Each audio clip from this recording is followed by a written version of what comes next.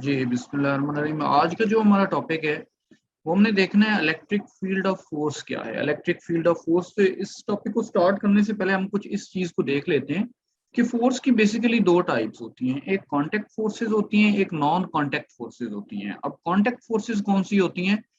इसके नाम से भी जाहिर है कि इसको कोई ना कोई कांटेक्ट जो है ना वो रिक्वायर्ड होता है। इस फोर्स को अकर होने के लिए क्या चीज रिक्वायर्ड है? कोई कांटेक्ट। और इसकी एग्जांपल देखिए, जिस तरह फॉर एग्जांपल स्प्रिंग फोर्स है, फ्रिक्शनल फोर्स है, ड्रैग फोर्स है, इनको कोई ना कोई कांटेक्ट रिक्वायर्ड होता है, इसको इसी ने कांटेक्ट फोर्सेस कहते हैं। नॉन कांटेक्ट फोर्सेस जो होती हैं इनको कोई कांटेक्ट रिक्वायर नहीं होता, बल्कि ये फोर्सेस जो होती हैं ये एक्ट करती हैं किसी सर्टेन डिस्टेंस से। Forces that can act from a certain distance. इनमें कौन सी आती है? मैग्नेटिक फोर्स आ जाती है, इलेक्ट्रिक फोर्स आ जाती है और ग्रेविटेशनल फोर्स आ जाती है। पर्टिकुलर डिस्टेंस इन्हें रिक्वायर्ड होता है, इस वजह से इन्हें नॉन कांटेक्ट फोर्स कहते हैं। जिस तरह हमने फोर्स का फार्मूला कूलम लॉ से देखा कि एफ इलेक्ट्रिक फोर्स जो होती है F is equal to K Q1 Q2 divided by are square, यानी force acting between two charge particle. वो ये वाली है, F is equal to K Q1 Q2 bye are square. Are जो है डिस्टेंस है, तो वो फोर्स जो एक्ट करती होती हैं किसी डिस्टेंस के थ्रू, उन्हें हम नॉन कांटेक्ट फोर्सेस कहते होते हैं। इस तरह ग्रेविटेशनल फोर्स की हम बात करें तो वो F is equal to G m1 m2 divided by are square. Gravitational force act करती है बिटवीन टू मैसेज, लेकिन वहां पर भी डिवाइडेड बाय आर स्क्वायर है। दोनों इनवर्स स्क्वायर लॉ को ओबे कर रही होती हैं, इस वजह से इसमें भी चूंकि डिस्टेंस का रोल है तो इसमें ये भी नॉन कांटेक्ट फोर्स में आती है। अब हम देखते हैं कि what is meant by electric field of force. Electric field of force, कोई भी जो फोर्स राइज करती है ना वो हमेशा फोर्स की इलेक्ट्रिक फील्ड होती है, याद रखिए। मतलब ये दोनों चीजें लिंक्ड कर रही होती हैं। इलेक्ट्रिक फील्ड का अगर कॉन्सेप्ट होगा तो आप समझे यहाँ पर इलेक्ट्रिक फील्ड होगी, वहां पर फोर्स होगी। और अगर कहीं पे फोर्स होगी तो वहां पर फिर इलेक्ट्रिक फील्ड होगी लाजमी। मतलब ग्रेविटेशनल फोर्स होगी तो ग्रेविटेशनल फील्ड होगी, इलेक्ट्रिक फोर्स होगी तो इलेक्ट्रिक फील्ड होगी, मैग्नेटिक फोर्स होगी तो मैग्नेटिक फील्ड होगी, इस तरह करके। तो मेरे कहने का मतलब ये है कि कहीं भी अगर कोई फोर्स हुई तो इट मीन वहां पर क्या है? वहां पर लाजमी इलेक्ट्रिक फील्ड है। तो हमने यही टॉपिक, हमारा नाम है कि what is meant by electric field of force, कि फोर्स की वजह से जो फील्ड है तो वो हम देखते हैं। देखिए, मैं न्यूटन लॉ ऑफ ग्रेविटेशन हम ऑलरेडी स्टडी करके आए हुए होते हैं। Newton law of gravitation and coulomb law, जो कि अभी हमने प्रीवियसली ये टॉपिक स्टडी की है। न्यूटन लॉ ऑफ ग्रेविटेशन और कूलम लॉ दोनों में हमने ये चीजें कैलकुलेट की हैं, एक तो मैग्नीट्यूड और एक डायरेक्शन। किसकी? ग्रेविटेशनल फोर्स की और इलेक्ट्रिक फोर्स की। ग्रेविटेशनल फोर्स जो है वो ये न्यूटन लॉ ऑफ ग्रेविटेशन ने में दी, और कूलम लॉ ने में इलेक्ट्रिक फोर्स थी। तो हम ये देखते हैं कि मैग्नीट्यूड और डायरेक्शन दोनों हम यहाँ से डिटरमिन कर सकते होते हैं, ग्रेविटेशनल फोर्स से और इलेक्ट्रिक फोर्स से। मैग्नीट्यूड भी और डायरेक्शन भी, क्योंकि फोर्स एक वेक्टर क्वांटिटी है तो दोनों को ये चीजें उसके पास होंगी, मैग्नीट्यूड एंड डायरेक्शन। यहाँ पर दो क्वेश्चन राइज होते हैं कि what is the origin of these forces. In forces का ओरिजिन क्या है? ये कहाँ से प्रोड्यूस हो रही है? कौन सी चीज है जो इनको प्रोड्यूस कर रही है? इनका ओरिजिन क्या है? और सेकेंडली, ये कैसे ट्रांसमिट होती हैं एक मैस से दूसरे मैस पर? How these forces are transmitted from one mass to another mass and one charge to another charge. क्योंकि ग्रेविटेशनल फोर्स होगी तो उसने मैसेज के बिटवीन एक्ट करना है, और इलेक्ट्रिक या कूलम फोर्स होगी तो उसने चार्जेस के बिटवीन एक्ट करना है। तो हमारे पास यहाँ पर दो प्रॉब्लम्स आ रही हैं, एक तो कि इन फोर्सेस का ओरिजिन क्या है, और सेकेंडली कि ये कैसे ट्रांसमिट होती हैं एक मैस से दूसरे मैस या एक चार्ज से दूसरे चार्ज। तो फर्स्ट जो प्रॉब्लम है कि ये कैसे, इनका ओरिजिन क्या है, इन फोर्सेस का कौन सी चीज है जिसने इन्हें प्रोड्यूस किया है, तो ये स्टिल अननोन है अभी तक। The existence of these forces accepted as it is. इन्हें कैसे एक्सेप्ट किया जाता है, इनकी फोर्सेस की जो एग्जिस्टेंस या इनका जो ओरिजिन है, that is why they are called basic forces of nature. इस वजह से इन्हें हम क्या कहते हैं? फोर्सेस की बेसिक नेचर कहते हैं। बेसिक फोर्सेस ऑफ नेचर जो हैं वो टोटल 5 होती हैं। अभी आजकल 4 कंसिडर की जाती हैं, इनिशियली 5 थी, जिनमें एक इलेक्ट्रिक फोर्स होती है, एक मैग्नेटिक फोर्स होती है, एक न्यूक्लियर फोर्स होती है, एक वीक फोर्स होती है, क्लियर, और एक ग्रेविटेशनल फोर्स होती है। Electric force, magnetic force, weak force, strong nuclear force and gravitational force. तो बाद में इलेक्ट्रिक और मैग्नेटिक को कंबाइन कर दिया गया तो वो फिर इलेक्ट्रोमैग्नेटिक फोर्स बन गई। तो हम कहते हैं 4 बेसिक फोर्सेस नेचर की होती है। ये इस सेंटेंस को मैंने डिस्क्राइब कर दिया।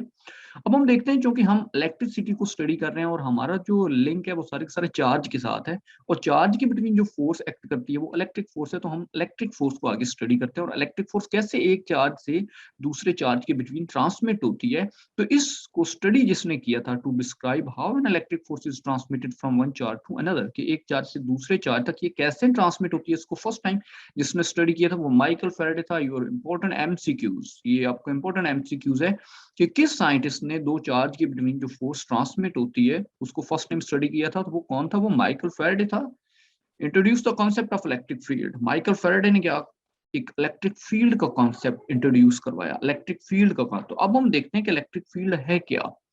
देखें कि फोर्स किस तरह से ट्रांसमिट हो रही है, फोर्स की ट्रांसमिशन को अंडरस्टैंड करने के लिए उसने इलेक्ट्रिक फील्ड का कॉन्सेप्ट दिया। अब इलेक्ट्रिक फील्ड है क्या? देखिए फील्ड जो है, फील्ड का मतलब होता है मैदान, area, reason or space.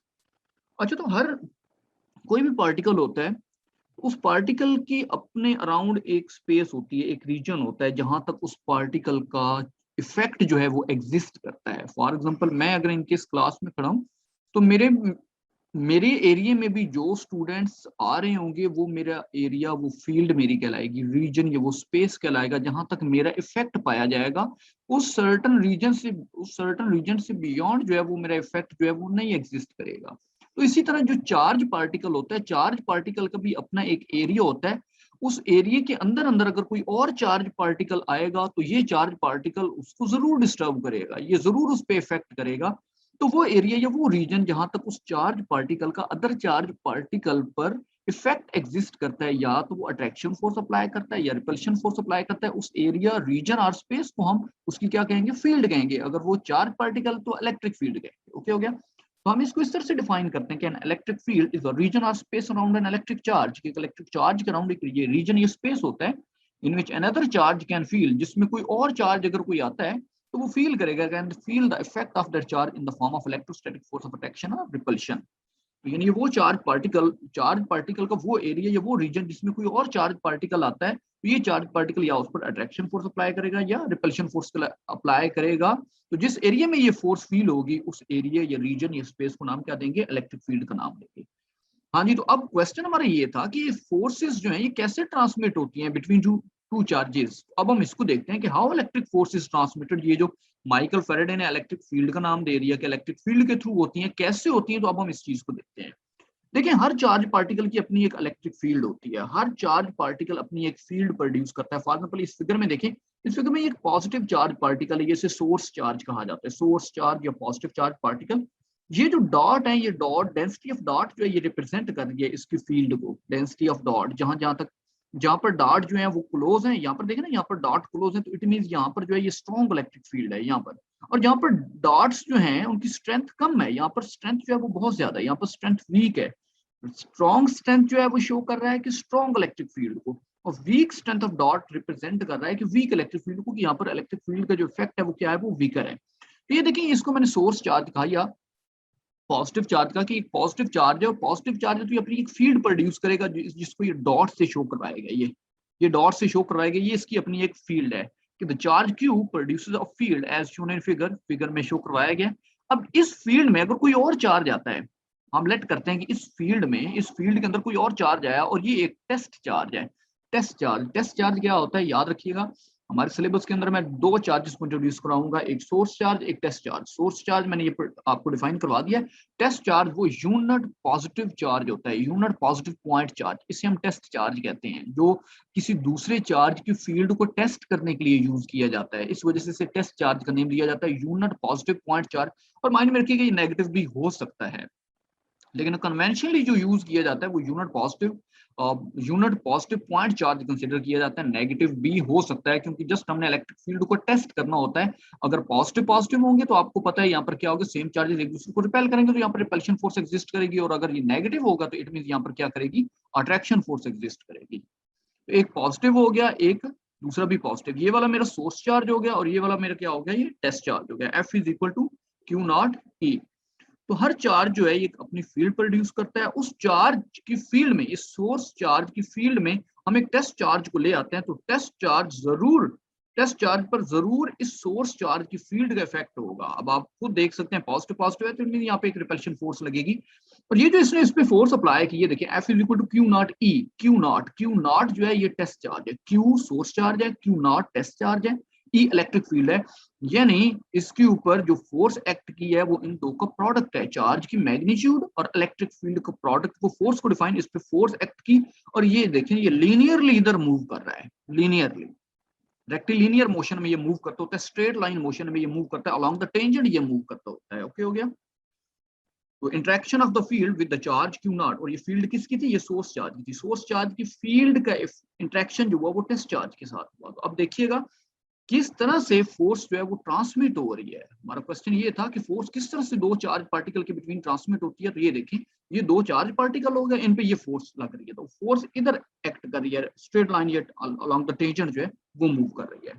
Next देखें properties of electric field. Electric field की प्रॉपर्टीज क्या है। इलेक्ट्रिक फील्ड आपको पता चल चुका होगा कि हर चार्ज एक अपनी फील्ड प्रोड्यूस करता है, जहां तक अदर चार्जेस तक उसका इफेक्ट एग्जिस्ट करता होता है। तो उस एरिया रीजन को हम इलेक्ट्रिक फील्ड कहते हैं। इसकी प्रॉपर्टीज क्या होती है। इलेक्ट्रिक फील्ड एक इंट्रिंसिक प्रॉपर्टी ऑफ चार्ज होती है। इंट्रिंसिक यानी इनहेरेंट प्रॉपर्टी है, नेचुरली एग्जिस्ट करती है। हर चार्ज जो है वो अपनी इलेक्ट्रिक फील्ड रखता ही रखता होता है, ये इंट्रिंसिक नेचुरली प्रॉपर्टी है।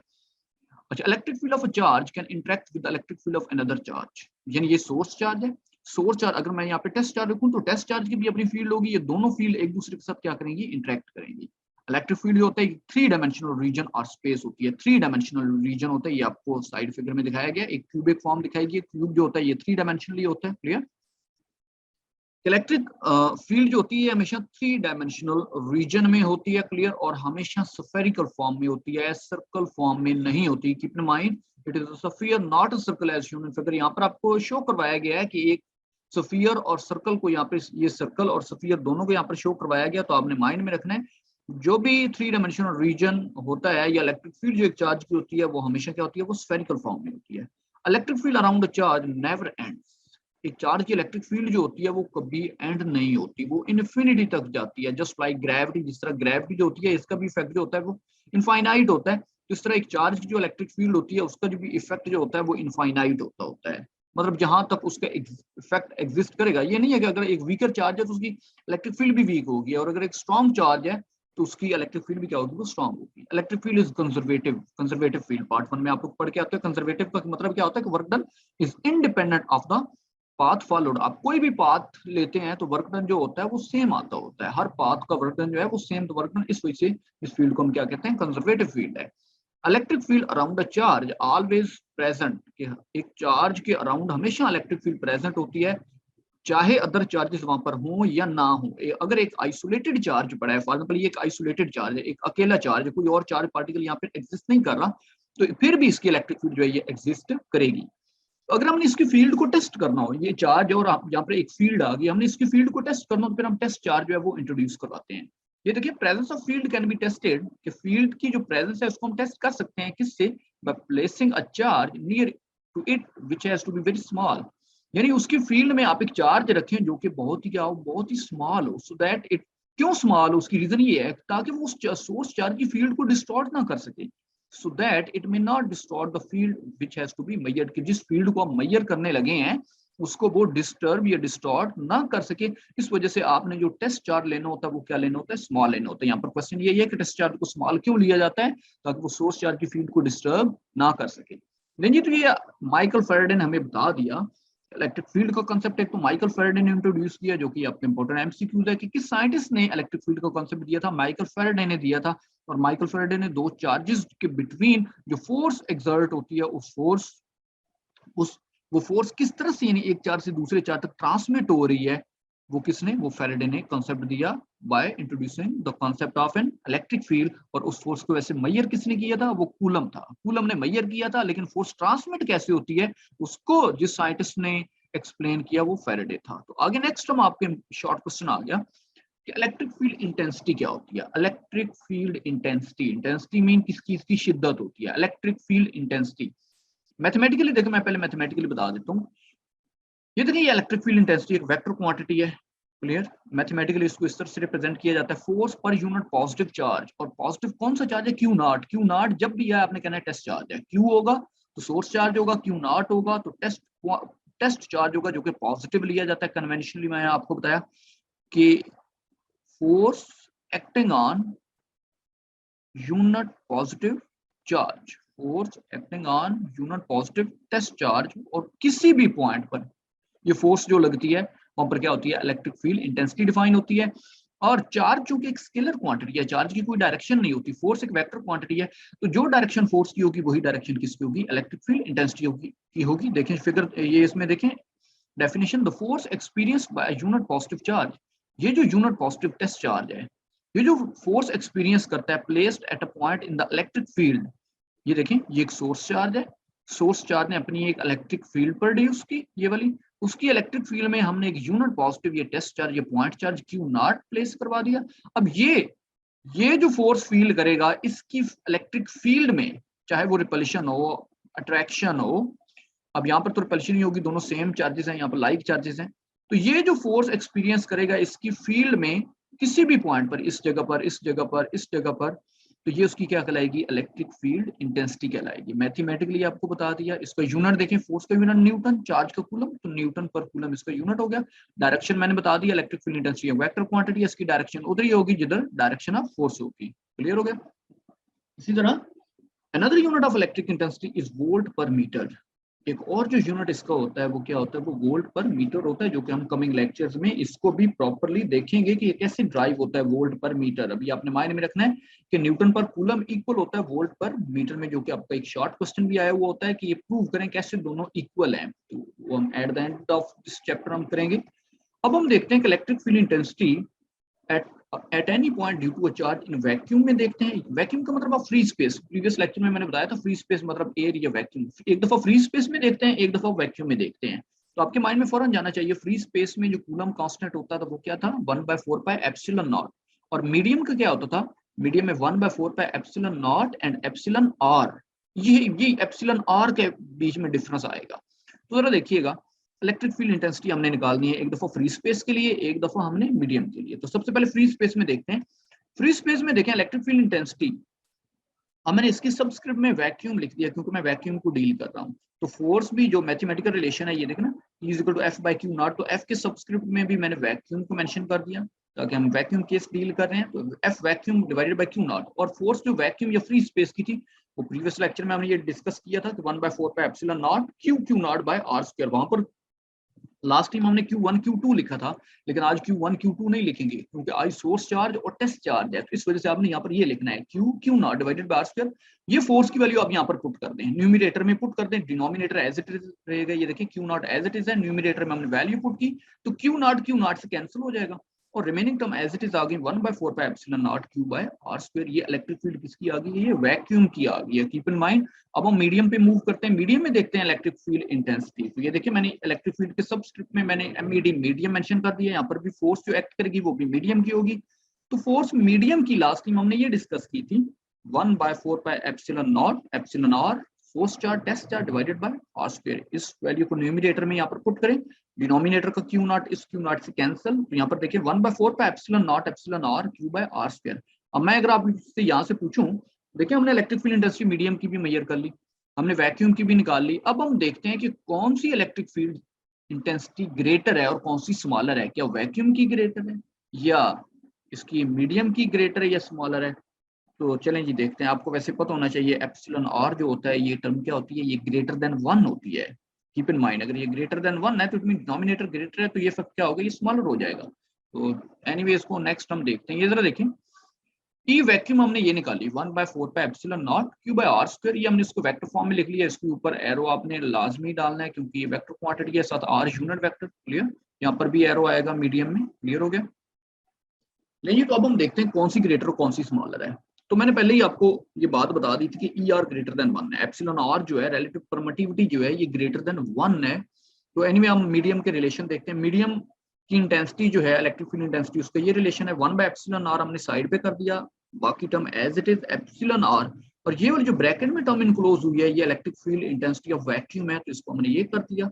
ये चीज ग्रेटर देन 1 है, अगर ये ग्रेटर देन 1 है तो ये क्या होगी, ये स्मॉलर होगी। ई मीडियम लेस देन हो जाएगी किससे, ई।